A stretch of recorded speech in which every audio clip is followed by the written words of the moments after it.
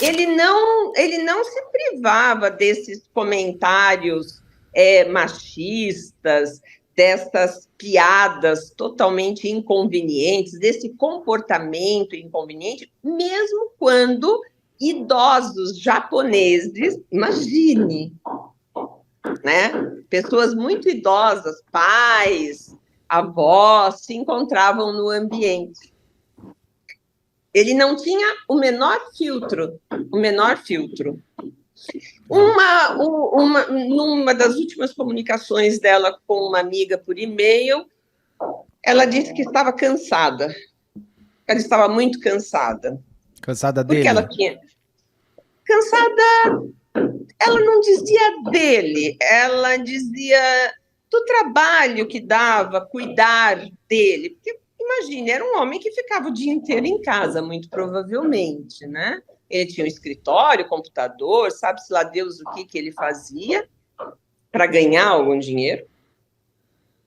E ela estava muito cansada, que estava sendo muito pesado. Ela continuava trabalhando fora, ela não tinha empregada, tinha uma faxineira, ela que comandava tudo, ela que mantinha em ordem a sua casa e tinha que conviver com essa situação. Ele também tinha por hábito comentar o quanto ele e ela eram ativos sexualmente nessas reuniões, né?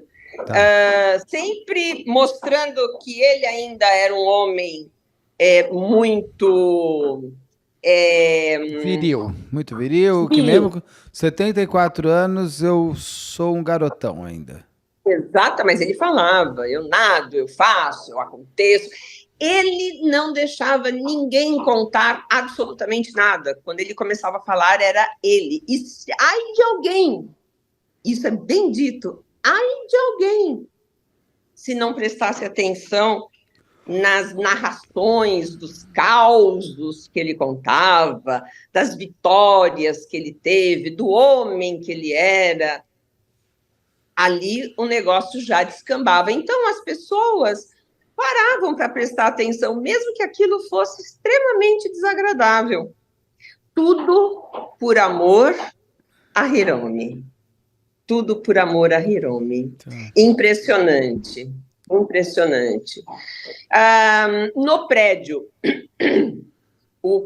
uma testemunha, né, uma moradora, disse que ele arrumava encrenca com todo mundo, ele era muito deselegante com os funcionários, sempre gritando, sempre falando alto, né? E se tivesses conhecido a figura, eu conheci pessoalmente. Era um homem que eu te digo, asqueroso. Nossa. Asqueroso. Ele era um homem asqueroso. Isso sendo processado pela prática de um homicídio dentro do fórum. Ele causava asco.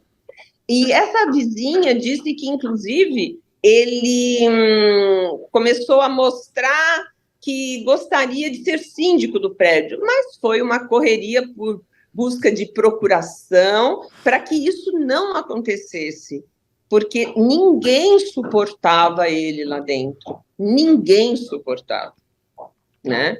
E isso porque não o conheciam na intimidade. Sim. E enquanto ela morava lá, eles ouviam muitos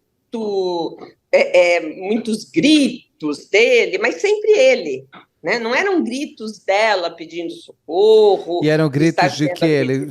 Sabe o que ele falava? Eu ia perguntar se os vizinhos ouviam alguma briga, não. Não, falava alto, esbravejava. Ele era o homem das bravatas, né? Eu imagino que era, pelo que eu vi durante o processo, pessoalmente, pelo que eu vi. Né? Que mais que eu tenho para te dizer? Essa era a vida da Hiromi. E eles foram nessa toada. Ela morre em 22 de abril de 2014. 13. O que acontece para essa morte?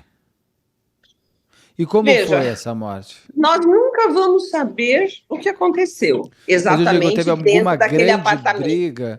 Teve alguma grande briga que os vizinhos ouviram, Que ela ligou para alguma amiga para comentar, ia ter uma festa, ela não foi. Isso a gente não sabe. E foi Não, no fim de semana, ela não foi? chega. Ela. Hã? Foi no fim de semana. Foi. Ela chega na sexta-feira, dia 19, em casa e não sai mais com vida. Ela chega dia 19, uma sexta-feira, depois de um dia de trabalho, e eles ouvem, os vizinhos ouvem muita gritaria dele, muito barulho, no sábado. Ou seja, ela nem saiu de casa no sábado. Não, ela não saiu de casa no sábado nem no domingo, né? Ele sai 2 ou 3 vezes nesse período para comprar o que acham que é provavelmente bebida, né? E quando chega no domingo, a irmã dela, a Tommy, eu conheci as duas, né? A Tommy chega no domingo e telefona para a irmã. E ela não atende o telefone, não responde as mensagens, e isso deixa a Tommy muito preocupada. Mas, como já havia ocorrido um incidente numa ocasião em que o casal recebeu uma sobrinha que veio aqui de Santa Catarina, inclusive, sobrinha dela, foi junto com uma amiga, e elas moravam aqui em Florianópolis e se hospedaram lá. Houve, assim, discussão, houve uma briga, e depois a irmã da Hiromi, ela volta lá, depois desse fato, no mesmo dia, ela abre a porta, né? A Hiromi abre a porta e fala assim, vão embora. Ele já daqui a pouco vai se acalmar. E fecha a porta. Então, ela não quis ir até a casa da irmã para saber o motivo pelo qual a irmã não estava atendendo o telefone e nem respondendo as mensagens. Isso no domingo de manhã. E aí ela chegou a falar com a irmã dela no sábado? Não. Né? A irmã andava muito ocupada, então ela deixava para o final de semana. Como a irmã andava meio distante, em razão do cansaço... Em razão desse homem, que ela sabia que ninguém curtia muito. Sim. E então ela falou assim, vou convidá-los para almoçar no domingo, mas ela não tem o retorno da irmã, o que era algo totalmente inusitado. E ela recebe, então, um telefonema da filha do réu, já na madrugada de segunda-feira, de domingo para segunda, chorando muito, em desespero, chorando muito. Eu até nem vou comentar o nome dela. Eu acho que o simples fato dela ter convivido com este homem, e foi uma convivência, pelo que a gente pôde extrair, uma convivência muito difícil. Sim. Essa menina fica órfã, né? Ele é viúvo da segunda esposa, e ela teve que conviver com este homem, só ela e ele. Havia uma empregada que trabalhou muitos anos e ajudou a criar essa filha, e essa filha sai de casa e tudo leva a crer, muito provavelmente, pelas bebedeiras, pelo alcoolismo. Ser nóbil, né? Ele é um ser asqueroso. Sim. Né? Um ser asqueroso.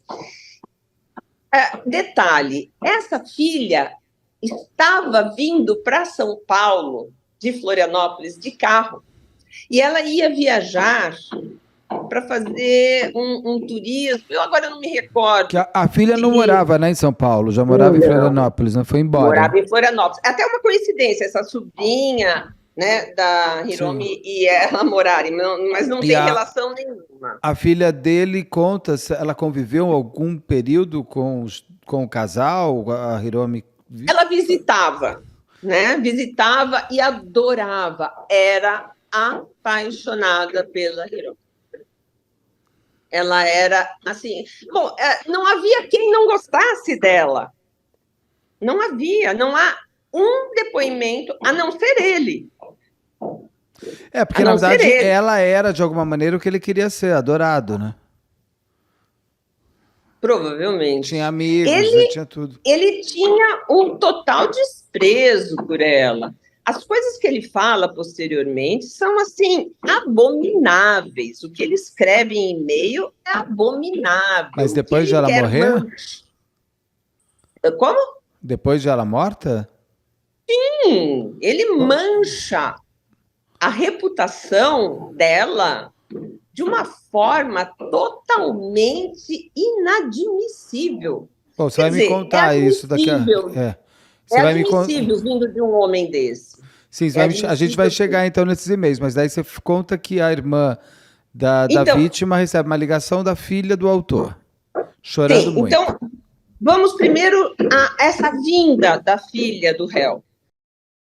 Já estava marcado dela vir. Inclusive, ela entra em contato telefônico no sábado com o pai. E chega a falar com a vítima numa primeira vez. Quando ele saiu no sábado para comprar alguma coisa, a Hiromi ela atende o telefone. E as duas conversam e está tudo bem. Né? E, posteriormente, ela consegue novamente ligar para a casa do réu e fala com ele. E daí ela diz, não, a Hiromi, a gente andou brigando e tal, e a filha já percebe que ele está embriagado. E no dia seguinte, que seria domingo, ela viria para São Paulo, isso já estava marcado, porque ela embarcaria, eu não lembro se para Austrália, para Nova Zelândia, enfim, para fazer turismo. Então, ela vinha para São Paulo. No domingo, ele liga para a filha e diz que bateu na Hiromi. A filha a caminho. Ele conta que bateu. Ela está lá, está brava, está sem falar comigo, está lá no quarto. Na verdade, ela já estava morta. Jesus. Ela já estava morta. Então, você tem a filmagem do elevador, a filha chegando com mochila, essa coisa toda de viagem, né? E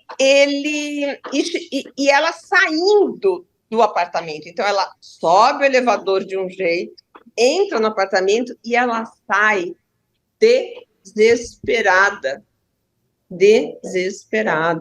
chorando, mas muito nervosa, muito emocionada, muito mal. E ela vai à procura, que sabia-se que ali havia um médico no prédio. Esse médico, na verdade, é assim, um médico fabuloso. O nome dele é Maurício Minami. Eu faço questão de falar porque ele é médico anestesista, trabalha no HC, trabalha também, se eu não me engano, na Santa Casa, e ele é do grupamento Águia. Ele faz salvamentos incríveis, incríveis. Eu acompanho desde então a atuação dele. Também de origem japonesa, nipônica, e foi uma testemunha excelente. E só que ele não estava, ele estava trabalhando, né? Ele estava trabalhando e ela desce desesperada e ela liga então para Tomi. Isso já era madrugada, nós já estamos na segunda-feira. E liga para o SAMU. E aí nós temos um outro personagem muito importante nessa história, uma médica do SAMU. Inicialmente vem aquela ambulância para o primeiro atendimento, mas ela vem em seguida, porque se falava numa parada cardiorrespiratória. Mas a filha dele já não viu que ela estava morta? Eu creio que ela nem chegou perto, sabe? A cena era por demais. Ela entrou em desespero. Era uma moça jovem, jovenzinha ainda, Não, sim, é né? que fala uma coisa só adiantando, ela morre do quê? Ela morre de facada. Não, Do que ela morre? ela morre de espancamento. Ela morre espancada. Nossa Senhora. Ela morre espancada. Ela é deixada para morrer, inclusive, porque ele a espanca no sábado. Ela passa o domingo em Agonizando. agonia. A morte dela foi uma morte agônica, inclusive com ruptura do fígado. Ela tem marcas por todo o corpo. Ela tem hematomas por todo o Não, corpo. eu vi, inclusive, o processo que eu tive acesso e tal, mas eu achei, não sei porquê, ou se ventilou. Que eu sabia que ela tinha apanhado, mas não que ela teria morrido de porrada, gente. Sim, sim. Ela morreu de tanto apanhar, de tanto sofrer ali. Ela era diabética, provavelmente ela era dependente de De insulina. insulina e também, assim, E machucados demoram mais tempo para cicatrizar, hemorragia demora mais tempo para o corpo reter.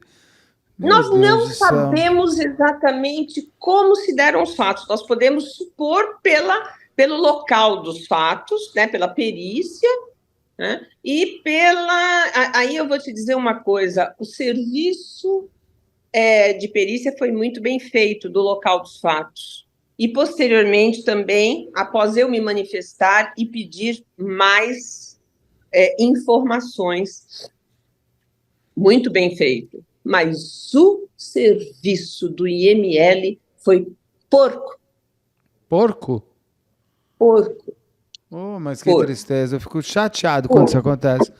Posso te dizer uma coisa, Beto? Nós vamos continuar tendo um serviço do IML mal prestado enquanto nós não tivermos no IML o mesmo que nós temos no IC. No IC, nós temos peritos que prestam serviço ao IC. No IML, nós temos médicos que têm os seus consultórios, que têm as suas atividades e que, de acordo com o plantão, alguns vão uma vez por semana, outros vão 2 vezes por semana, uns fazem plantão à noite, mas eles continuam sendo médicos. Eles não são médicos legistas. Eles não são. Não existe uma carreira como existe na polícia científica, no IC. Não existe. Não se pode exigir pelo salário que se paga, pela forma como foi constituído o IML em São Paulo, e eu te falo em São Paulo, porque há estados em que isso é diferente, não foi formado para ser única e exclusivamente médico legista. Não há uma formação na faculdade de medicina para médico legista. O médico legista aprende a ser médico legista depois que ele presta um concurso, é aprovado e faz um curso dentro da Superintendência de Polícia Científica, da qual o IML faz parte. Só que eles são médicos. Você tem alguns médicos, os patologistas, eu conheço uma médica legista excelente aqui em Santa Catarina, que é amiga do meu marido, que ela é médico legista. Ela tem o laboratório de patologia dela, ela atua em outras áreas, é professora de faculdade, mas ela é patologista. O patologista é o médico mais adequado para ser um médico legista. Não há um enfoque neste campo nas faculdades de medicina. Nenhum. Tem uma matéria, né? É matéria, mas não é como você vai se formar em e você faz residência. Agora, Não, para eu... eles têm durante o curso uma Sim, matéria. É mas diferente, o otorrino sim, vai fazer uma residência depois lá faz para residência e frente. tal. Mas para entender, eles fizeram de ruim na análise desse caso? Foi um Que lixo, foi um lixo, um eles, lixo. eles sabem dizer, por exemplo, há quanto tempo ela tinha morrido? Eles não fizeram nada, nada. Infelizmente, né, eu já atuava nesse processo, né? Eu ofereci a denúncia, porque ele estava preso, ele foi preso em flagrante, né? Eu ofereci a denúncia, mas se você for ler a minha cota de oferecimento de denúncia, eu peço várias diligências para que sejam sanadas as omissões do laudo. Como o que, por Infelizmente, exemplo? Então a gente não várias. sabe o tempo de morte. A causa Não morte sabemos. foi qual? Ele disse que foi um traumatismo, né? Um traumatismo na parte interna, né? Do abdômen. Então, ele teve a questão do fígado, que foi rompido, houve hemorragia, mas você tinha marca de asfixia. Você Desganadura mesmo. não necessariamente de esganadura, podia ser de Travesseiro, estrangulamento. estrangulamento, tá. Estrangulamento, né? Enfim, ele não descreveu todas as lesões. Então, eu tinha a foto de um cadáver com todas as lesões, que eram muitas, Muitas. muitas lesões, muitas. Ela foi espancada. E nós tínhamos um laudo do exame, de exame cadavérico, que não descreviam essas lesões. Isso E eu hoje preciso disso. o médico, porque uma pessoa ruim assim, eu vou lá, bato em você, daí eu continuo, às vezes eu posso entrar e continuar batendo em você, você já está até morta. Só que as lesões são diferentes, até para saber se ele Não há continua. lesão, né? Não, lesão que eu digo pós-mortem, você tem. Pós-mortem você não tem, Mas tudo bem, né? eles conseguiriam saber se ela já tinha morrido em algumas das marcas dela. Eu quero dizer assim, se ele continuou entrando no quarto e batendo nela. Isso eles não Não, fazem. isso não, eu não Desenho tinha de. ali, né? O exame de corpo de delito ali, o exame necroscópico, precisaria ter sido feito naquele momento com muita cautela, enfim, com eficiência. Que é na todos. Posteriormente, É uma tristeza ouvir isso. não, um horror. A ponto, Beto, de eu ir à superintendência da Polícia Científica, conversar com o superintendente, e esse médico legista, ele foi afastado das funções dele em laudos necroscópicos. Pelo menos isso. Pelo menos nessa Né? parte. Eu soube que era um alcoólatra, que tinha sido um excelente médico legista, mas não era mais. Só que isso era de conhecimento do Instituto. E isso me revoltou muito. Eu falei, como vocês mantêm um profissional... Olha, foi uma briga grande. Foi uma briga grande. Foi uma briga grande. Discussões grandes que eu tive lá no IC, lá no Butantã. Sim, conheço bem aquele prédio. Né? E então, o que eu podia fazer? Vamos tentar salvar este laudo. De que forma? Exumando o cadáver. Porque eu não podia descrever a asfixia sem ter uma prova material da ocorrência da asfixia. Ou seja, além de bater, ele foi em cima dela para matar mesmo. Mas, claro, ele quis matá-la. Ele deixou morrer a míngua de água, a míngua de comida, a míngua de socorro. E ele fez exame de corpo de delito para saber se ele estava alcoolizado? Não tinha nada, absolutamente nada. Então ele não tinha nem álcool? Não, álcool não foi feito. Foi feito o exame de corpo de delito. Para ver se tinha defesa, né? Ela tinha defesa? Nenhuma lesão. Ou seja, ela nem viu a primeira porrada. Não foram colhidos materiais subunguiais, né? Para saber se ela tinha defesa. Tentado alguma coisa. Nada, nada. Foi um exame porco. Porco. E olha, detalhe, hein, doutora? A Rua Pará, para quem não sabe, é o bairro de Genópolis, que é um bairro de classe média, média alta. Porque muita gente fala assim, isso só com isso...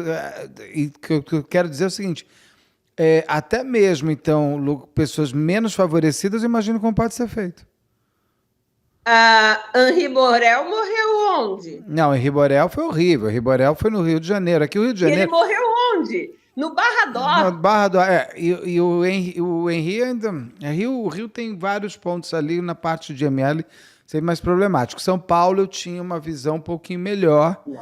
Não. Por alguns casos que eu fiz, mas tá. Não, você sabe muito mais de todos os casos que você fez. Não.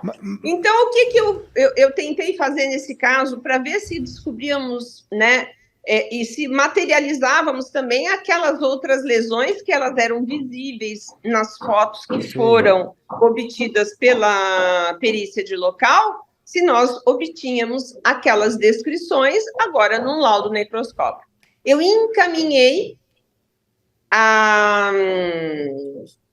ao IML, né, a uma mesa, que nós chamamos de mesa, agora me falhou o nome, mas enfim, é uma mesa de pareceres, isso mesmo, uma mesa de pareceres, né? Eu fui, claro que muito bem orientada por um grande amigo meu, que foi um grande médico legista, né? Infelizmente não reconhecido pela polícia científica, um grande médico legista. Os laudos dele eram maravilhosos, né?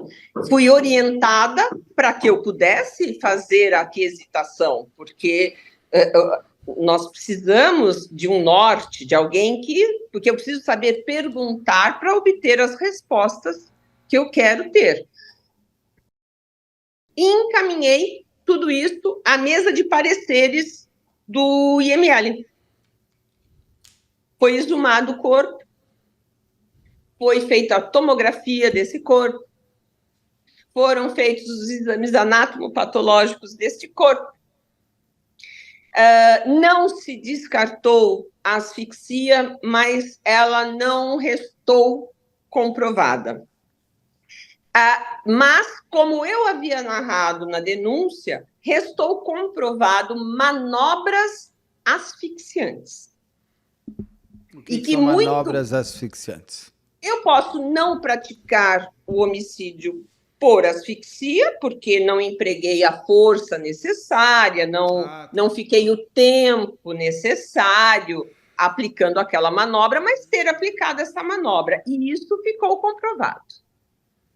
Ficou comprovado também que foi uma morte agônica, que ela sofreu para morrer, que ela morreu aos poucos e que ele ficou dentro daquele apartamento o tempo todo aguardando a filha chegar.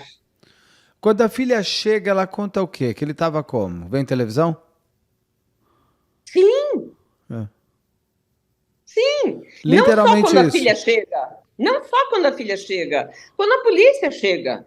Quando o SAMU chega. Agora vem a parte interessante do SAMU, que, olha, me surpreendeu. Eu não quero errar o nome, é doutora Gersueli, se eu não me engano.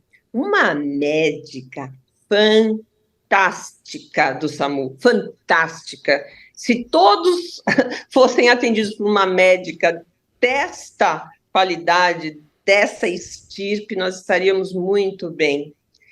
Ela dá 3 depoimentos entre inquérito e processo.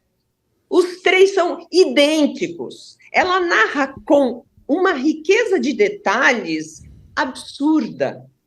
Ela escreve o relatório, ela descreve no relatório dela todas as lesões. Todas as lesões.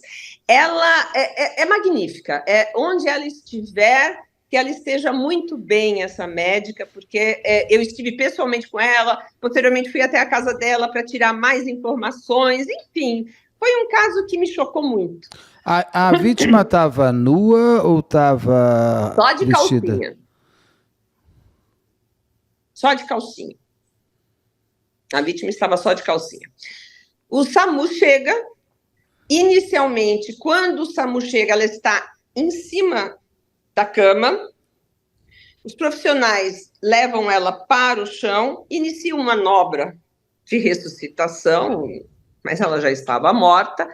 E daí chega a segunda unidade do SAMU, que era com essa médica maravilhosa. Ela sobe, tem a filmagem da chegada, ela sobe correndo, e já era uma senhora, viu? Não era uma menininha, não. Já era uma senhora, provavelmente da idade da vítima, né? Ela sobe correndo, ela vê entreaberta a porta do apartamento, já havia sido informada a ela qual era o apartamento, ela viu a porta entreaberta. Quando ela entra no apartamento, está este poltrão sentado no sofá, com os dois braços apoiados no encosto, vendo televisão. Ela entra e ela fala, bom, não pode ser aqui, né?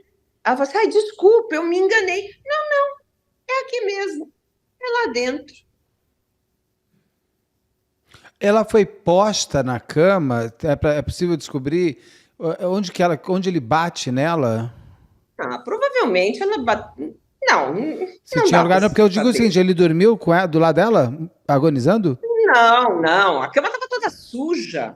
Então, porque a pessoa pode ser tão cruel que pode ser um prazer ver o outro agonizando. Não, acredito que não. Foi dormir em outro lugar. No sofá, ficou o dia inteiro ali, andando para lá e para cá, bebendo. Saiu, foi comprar mais bebida, voltou. Quando ele sai, ela já apanhou? Já.